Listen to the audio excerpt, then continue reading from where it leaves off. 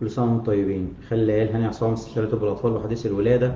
وأكيد أكيد أكيد جاي النهاردة أكمل عليكم بقية اليوم اللي احنا بادئينه طول النهار، سواء كان ستوريز ولا بوست ولا ريل.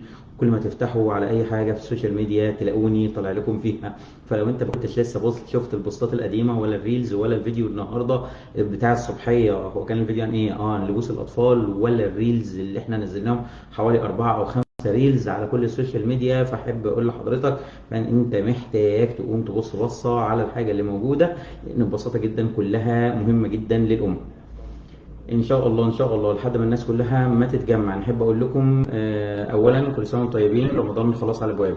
رقم اتنين، الناس تحاول تبتدي صفحه جديده مع نفسها من نظام حياه، معامله بيننا وبين بعضينا، تطوير ذات، تطوير نفس، تطوير العيال الصغيرين، ان احنا نبتدي بالحاجه الحلوه، وكل واحد يبدا بنفسه علشان خاطر ربنا يبارك لنا في الايام اللي جايه ان شاء الله. وكل واحد معلش في كلمه يعني يخليه في نفسه، ويحاول ان هو يدور على اللي يطوره ويستره دنيا واخره. وحاول ان انت تعمل لاخرتك واعمل لدنيتك علشان خاطر تبتدي تشوف ايه اللي انت محتاجه. واهم حاجه بالنسبه لنا ان العيال الصغيرين ما بيتربوش بالاكل والشرب واللبس، ولكن بيتربوا بوجود ابوهم وامهم، وهم قاعدين بيتكلموا معاهم وبيقولوا لهم الحاجه النصيحه وبيبتدوا ينصحوا، والحاجه كويسه. والعيل الصغير بطبيعته بيقلد وليس بياخد اوامر. فلو كنت حضرتك من النوع الجميل اللي طول النهار يقولوا انا قلت له فهو ما سمعش الكلام فانا زعقت له فضربته، احب اقول لحضرتك زعيقك ده ولا له لازمه، والضرب ملوش اي لازمه. وحتى انك انت بتتعصبي وتشد في شعرك والكلام ده كله، انا عذرك وعارف اللي انت فيه وانا اللي انا فيه انا كمان واللي عيلك فيه. فيا ريت كل واحد يعذر علشان خاطر يحط نفسه مكان اللي قدامه، والا كل واحد يقفل على نفسه بابه ويظبط اموره ويحاول يشتغل ويعيش حياته. المهم، النهارده حابب اقول لكم يعني هو المسمى بتاع اللايف، الا وهو ايه فيتامين د، وليه فيتامين د، واشمعنى بناخده وبنتكلم عنه على اي اساس، وجرعاته ايه، وايه هي الحاجات اللي احنا بناخدها، وايه المنتجات اللي انا حابب ان انا اكلمكم عنها، وايه لازمتها وايه فايدتها عن غيرها، وايه هي طريقه الاخدان، وايه هي الحاجات المتشابهه اللي زيها، وامتى وفين وليه وازاي. دايما كده احنا بنحاول ان احنا نطور نفسنا او نقسم الامور ونعمل خطوط عريضه علشان خاطر نبتدي نتابع. فلو انت لسه ما خدتيش فيتامين د، قومي خدي فيتامين د واشربي ميتك واكتبي تم. وكل سنه وانتم طيبين، رمضان كريم. ولعل ازين اهلا وسهلا، ولكن احتفالك برمضان ملوش علاقه بالصواريخ، علشان خاطر اللي هيفكر ان هو يجيب الصواريخ انا هقعد ادعي عليه في كل اللايفات اللي جايه. ده رقم واحد. عشان خاطر انا واحد من الناس، انا في مره صاروخ لبس في هدومي واتحرقت وجالي حرق من الدرجه الثانيه، وكانت بهدله ومشكله. وانا ابني برضو حد بيعمل صاروخ لزق في دراعه لحد ما اتحرق، وكانت مشكله كبيره. المهم، ليه بنتكلم عن فيتامين د؟ لان ببساطه جدا يعتبر اكتر واهم فيتامين، بل انه بيعتبر كهرمون، لان هو بينظم كل الامور الحياتيه بالنسبه للبني ادمين. ليه برضو فيتامين د؟ علشان خاطر اغلبنا عندنا نقص فيتامين د. ليه عندنا نقص فيتامين د؟ عشان اللايف ستايل وطريقه الحياه بتاعتنا من صحيان ونوم وما بنتعرضش للشمس وما بناكلش حاجات صحيه. وطب حاجات صحيه يعني ايه؟ يعني حاجات لا اتحمرت لا اتقلت في زيت، ولا انها حاجات يعني اللي هو ايه، اللي هي كلها سكريات، ولا حاجات محفوظه. طيب ليه برضو فيتامين د قليل بالنسبه لنا؟ لاننا ما بنتعرضش للشمس، ما بنخرجش، ما بنعملش، ما بنتحركش، ما بنفوقش، ما بنظبطش امورنا، ولا بنتحرك، ولا بنشرب ميه، ولا بنظبط خروج وصحيان، ولا بنتعرض للشمس تاني. وهتلاقوا الكلام مكرر علشان خاطر في الاعاده افاده. ولو انت لسه ما استفدتش فاقول لحضرتك اللايف ده فيه فايده ليك وليا وللحبايب كلهم. طيب ليه فيتامين د برضه؟ لان نقص الفيتامين د مصاحب ليه وجع في العظم، وجع في السنان، وجع في الظهر، اكتئاب، هبوط، ان انت مش طايق نفسك، صحتك في النازل. قلت لكم ان هشاشه العظام بقت بتظهر في اعمار صغيره جدا من السيدات. كنا ايام زمان بنقول لك اصل هشاشه العظام بيبقى مصاحب ليه اضطرابات الهرمونات ومشاكلها من هرمونات الدوره الشهريه بالنسبه للسيدات اللي هم اللي بيوصلوا مثلا خمسينات. لكن اكتشفنا ان دلوقتي، او مش اكتشفنا، انا مش هخترع يعني، انها موجوده في اغلب الناس اللي موجودين دلوقتي في الاجيال الجديده، اللي هم واحد بنت لسه 21 22 سنه بتشتكي من مفاصلها وبتشتكي من عظمها والدنيا بايظه بالنسبه لها، وما بتعرفش تمسك اي حاجه، ولما تيجي تمسك مثلا حتى الموبايل ذات نفسه يبقى تقيل على ايديها. فكده ما ينفعش. طيب مهم جدا، حابب ان انا اقول لحضراتكم ان لما يجي عليك اليوم وتلاقي نفسك مش طايق الشغل، كده كده احنا قرفانين من الشغل ومن سنين، ولكن لما تقوم من النوم وتلاقي نفسك مش طايق الشغل ومش طايق نفسك، فاعرف ان فيتامين د بالنسبه لك قليل. في معامل كتير انا ابتديت اتفق معاهم بحيث ان احنا نجيب اسعار فيتامين د يتعمل التحليل باسعار كويسه بالنسبه لكم، وانتظروها على الصفحه ان شاء الله، علشان خاطر حاجه كويسه بالنسبه لماما والبابا والتيتا كمان، بس احنا بنقول ماما وتيتا علشان خاطر هم البهدله عندهم. بنأكد على حضراتكم بس ان فيتامين د يمكن بنسبه لا تقل عن حوالي 70-80% من السيدات، سواء كان جوه مصر ولا بره مصر، اللي بيلبسوا عبايات ولا حتى اللي كاشفين شعرهم وقفاهم ودراعاتهم ورجليهم كمان، لان ببساطه جدا مواعيد الصحيان والنوم، وافتكر ان اقل واحده فيكم بتصحى مثلا 3:30 4، اللي ما كانتش بتصحى متاخر اكتر من كده، اللي هو خلاص اليومين اللي جايين هتقوم الساعه 4:30 تقوم تبل البلح. فيعني اللي هو ايه، احنا بننام امتى وبنصحى امتى؟ فانت لا شفتي صحيان ولا نوم ولا ظبطتي حياه من الاخر. مهم جدا اكد على حضراتكم ان الجسم المتكسر، النفسيه اللي في النازل، الظهر اللي مش قادرين نتحرك بيه، المفاصل اللي بتوجع، السنان المتلخلخه، الشعر اللي بيقع، الوجع اللي بيحصل في الظهر وفي الاطراف بتاعه العظام كمان، ده ناتج عنه اساسي الفيتامين د. بنقول لحضراتكم لما تيجي تعمل تحليل الفيتامين د اعمل معاه نسبه الكالسيوم والفوسفور والمغنيسيوم كمان، عشان خاطر لو في اي حاجه ناقصه، وممكن نعمل كمان تحليل الغده الجرثوميه علشان نطمن نشوف اذا كان في مشاكل ولا مفيش. مهم جدا تاخدوا بالكم ان الفيتامين د لما حضرتك تيجي تبتدي تاخدي الجرعه بتاعته، ما تاخديش الحقن دلوقتي، ولكن في نوع من الحقن بقى بيتاخد بالفم، خلي بس على جنب لان ده مش مكاننا مش وقتنا دلوقتي. لكن احنا بنقول لما هنيجي نعطي الفيتامين د لازم اتاكد ان اللي هياخد جرعه الفيتامين د لازم بياخد الكفايه بتاعته من الكالسيوم. العيال الصغيرين ما بيحتاجوش ياخدوا الكالسيوم لانه موجود في الالبان، ولو انت حضرتك لسه هتبتدي تاخدي فانت محتاجه تشربي لك من كوبايه لكوبايتين اذا كنت ممنوعه من اللبن لسبب او لاخر، وبالتالي فان الكالسيوم هتاخديه من مصادر اخرى، واولهم السمسم علشان برضو نبتدي نتكلم فيها. قديما لسه من اسبوع فات جبت دراسه ان المعلقه ولا المعلقتين السمسم تعادل نص كوبايه اللبن في الفايده بتاعت الكالسيوم بالنسبه له. فلو انت حضرتك لسه عندك عيل صغير وعايزه تاكليه سمسم، اطحنيه وحطه له على الاكل بتاعه كالتوابل. ولو انت حد كبير ببساطه جدا اطحنيه واعمليه دقه، يا اما حضرتك كليه بالف هنا، يا اما حطيه في كل نواحي الحياه بالنسبه لك.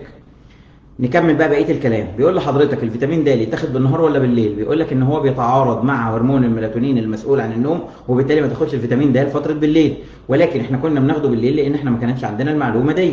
طيب في نقطه مهمه، طب وافترض ان انت اخدته بالليل مثلا، واحد زي حالاتي اللي هو الكائنات الليليه اللي هو بينام الساعه 6 الصبحيه مثلا، عادي ما تاخده في اي وقت بالنسبه لك، ما انت كده كده قلقان وعمال بتضرب في النسكافيه بالليل، فانت لو اخدته بالليل ما عنديش منه مشكله، ولكن يستحسن ان هو بيتاخد فتره بالنهار الصبحيه، وبينه وبين الحديد على الاقل ساعه، علشان خاطر الحديد مفيش حاجه يعني اي حاجه بتتاخد معاه بتتعارض مع امتصاصه. طيب ليه بقى احنا بنتكلم النهارده جايين نتكلم على الديفيتون، وانتوا شايفين ان انا حاطه في وش الكاميرا دلوقتي علشان خاطر ومسلط عليه الاضاءه، عشان خاطر جاي اقول لحضراتكم في 4 حاجات مهمه جدا بيتميز بيها الفيتامين د اللي موجود في الديفيتون 200. اسمه كده الديفيتون 200. يعني ايه ديفيتون 200؟ يعني النقطه الواحده فيها 200 وحده. البني ادمين الصغننين اللي هم حديث الولاده لحد ما يخلصوا اول سنه بيحتاجوا 400 وحده.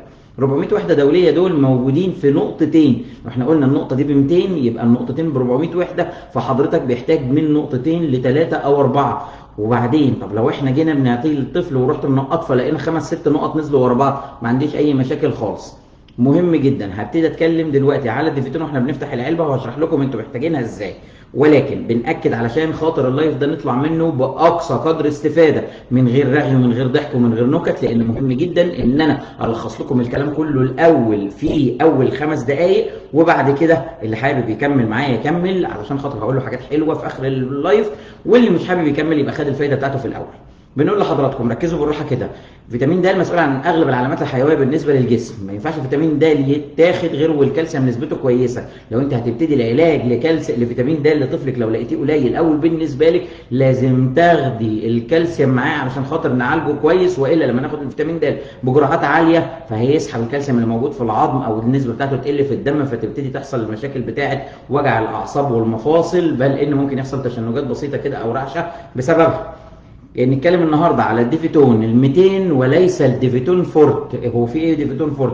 هو نفس المنتج ولكنه مستحضر ينفع لماما اللي ما بتعرفش تبلع حبوب ولا تاخد حقن ولا اي حاجه، وده بيتاخد، بس ده مش مجالنا. فانا ممكن اقول ان ماما ممكن تاخد في نفس الوقت او تخمس مع النونو من الديفيتون 200. بمعنى النونو في اول سنه او طفل في اول سنه بيحتاج 400 وحده، من 400 ل 600، يعني نقطتين او ثلاثه.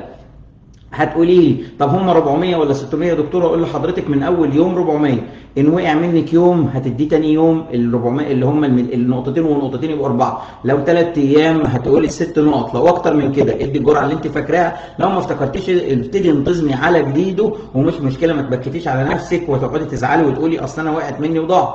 موضوع ان ماما بتقول ان هي بتاخدها كلها على بقها مره واحده في الاسبوع، حضرتك انت هتاخدي فايده وقتيه وبعد كده هتلاقي الكميه اللي انت بتستفادي منها قليله. طيب الديفيتون ما هوش قطاره، فانت ممكن حضرتك تنقطي نقطه او نقطتين، فالموضوع بالنسبه لك في الحساب للجرعه هم النقطتين اللي بيدخلوا في بق طفلك، مش القطاره اللي بتقول لك اذا كان ممكن اللي هو ايه اللي هو ربع القطاره ولا نص القطاره. وانا خايف يا دكتور طب انا بحسبها ازاي؟ علامه 25 وعلامه النص وجيت احطها وقعت بزياده.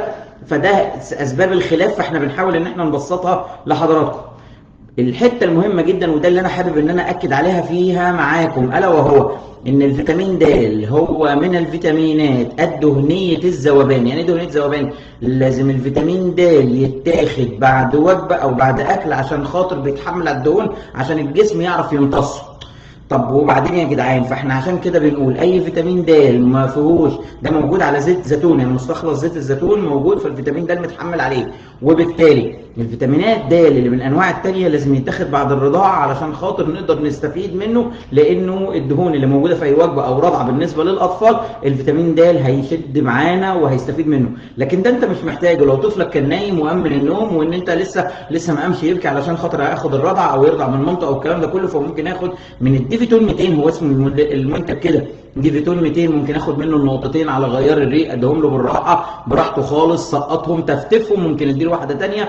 وخد بالك من حوار، افترض وانت بتعمل كده رحت ضاغط ضغط راح منزل 5 6 نقط، امان. طب ولو حضرتك عيلك الصغير عنده سنه ونص او سنتين وعيل عفريت وراح مسهيك وراح واخد العبوه وراح بالع العبوه كلها شاربها بالف هنا وراح ماسك الورق مبلعها فيها وقاعد يعضعض فيها كمان، كل الاطفال بيعملوا كده. احب اقول لحضراتكم ان الفيتامين د نوعين، هل هو النشط ولا الغير نشط؟ الغير نشط اللي هو لازم يعدي على الكبد ويعدي على الكلى عشان يحصل له اكتفاء او تنشيط عشان الجسم يبتدي يستفيد منه، عشان خاطر يبتدي يظبط نسبة الكالسيوم في الدم عن طريق الكلى والعظم.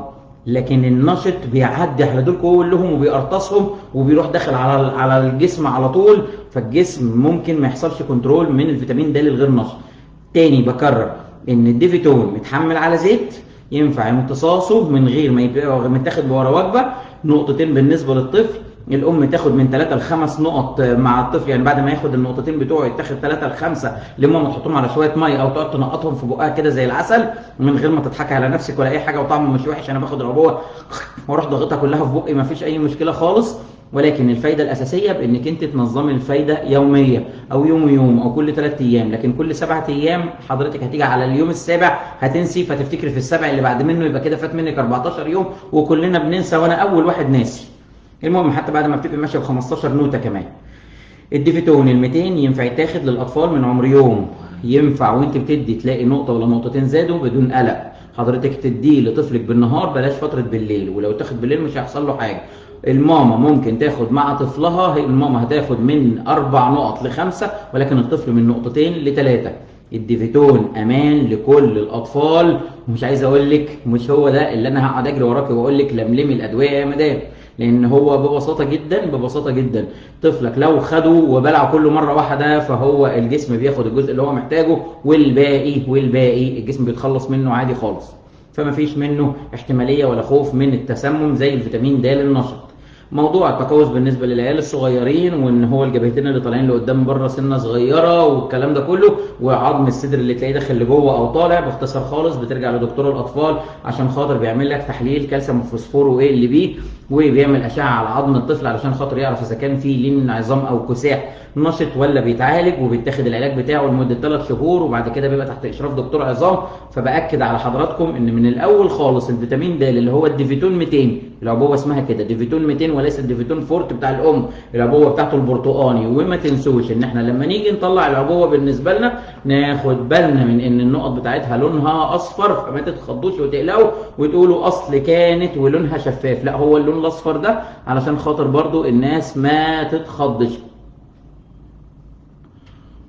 ايه بقى، انا كده اعتبر خدت 5 6 نقط، فهو طعم زيت الزيتون اللي موجود بالنسبه لي. وفي حاجه بقى مهمه جدا قبل ما ابتدي اختم، قبل ما ابتدي اقول الكلام واعيده من ثالث مره وانهي اللايف، اللي هو الحاجه اللي بتبقى محفوظه على زيت زيتون بيسهل امتصاصها، دي حاجه. 2 مش محتاج ان انا اخدها بعد وجبه، دي تاني حاجه. والثالثه وده المهم قوي، ان انا ممكن احفظه واستخدمه بعد فتح العبوه من 3 ل 6 شهور لحد ما نخلصها. بس 3 ل 6 شهور دي معناها لا ماما كانت بتاخد والعيال الصغير كنا بنمشي على سطر ونسيب سطر. فاحب اقول لحضرتك بلاش هزار، علشان خاطر الفيتامين د يعتبر اكتر حاجه ترفع مناعه العيال الصغيرين. احب اقول لحضراتكم ان لما بيجي لي طفل دلوقتي تعبان بدور سخونيه او نزله معويه او التهابات لوز او اي التهابات على مستوى جسمه، رقم 1 بدي الفيتامين د وادي حاجات تانية بعيد عن المضاد الحيوي وبعيد عن الكورتيزونات، وببقى ايدي عزيزه فيهم جدا الا بعد ما بعمل تحاليل او الحاله العامه المستدعيه. ولكن ايدي بتبقى فرطه مع الفيتامين د، وما تقلقوش ما بيحصلش منه تسمم، ولكن بخاف جدا من المضادات الحيويه وما بديش حقن الا اذا كنت عامل مزرعه او اشعه او تحاليل او مزارع دم كمان. فبالتالي ارجع تاني واقول لكم انا خالي العيال هاني عصام، وراجع بكمل مع حضراتكم ان الفيتامين د انا من اوائل الناس اللي كانوا بيتكلموا بيقولوا اعطوا الفيتامين د لطفلك من اول يوم من عمره، يمكن من سنه كام، من 2013 2014 كمان، ويمكن ما قبل ذلك، لان كانت الدراسه من حوالي سنه 2008 موجوده امريكان اكاديمي التوصيه اللي هي الاكاديميه الامريكيه التوصيه لان فيتامين د يعطى للاطفال من بدري. واخيرا نكمل بقى بقيه الكلام. خلاص احنا كده اتكلمنا على كل النقط المهمه، ودي الحاجات اللي انا كنت قايلها لحضراتكم. وفي حته مهمه جدا بقى، ان زيت الزيتون اساسا في الموفا والبوفا اللي هي البول انساتوريتد فاتي اسيد، اللي هي الاحماض الامينيه او الاحماض الدهنيه اللي جسم العيال محتاجينها، وكمان في اوميجا 3. بقول لحضراتكم لو انت لسه ما اخدتيش الفيتامين د احنا كده صحيين، فقومي خدي الفيتامين د. ولكن لو انت هتبتدي يعني مشكوره ان انت تاخدي بالك من صحتك ومن جسمك، علشان خاطر هم دول راس مالك. الكلام ده انا بقوله لنفسي وانا اخيب الناس، لكن النصيحه وتكرارها فيها افاده ليا وليكم. قومي خدي الفيتامين د ليكي ولطفلك. الديفيتون 200، النونو بياخد من 2 ل3 قبل سنة، ومن بعد السنة ممكن ياخد من 3 ل 5 نقط، والأم تاخد من 5 ل 10 نقط. وقوم خد الفيتامين د بتاعك الديفيتون 200 وحدة في النقطة، قوم خديه واكتبي في الكومنتات تم، واشربوا مية كتير، وقولوا لي عملتوا ايه مع العيال الصغيرين، وشفتوا الريلز ولا لسه، وتابعوا خالي العيال وقولوا لي اتعلمتوا ايه النهارده من خالي العيال. واشوفكم في لايف جاي، واستنوني يمكن اطلع لايف كمان شويه، يمكن كمان ساعه، يمكن كمان ساعتين، يمكن بكره ان شاء الله. بس اللايفات مش هتنقطع، ودايما خدوا بالكم خالي العيال من بعد 11 كل يوم من دلوقتي لحد رمضان. انتظرونا عشان خاطر ان شاء الله في حاجات حلوه كتير مع خالي العيال. هاني عصام استشاري طب الاطفال وحديث الولاده، وهتوحشوني لحد ما نطلع اللايف الجاي وشوفوا الريلز. السلام عليكم.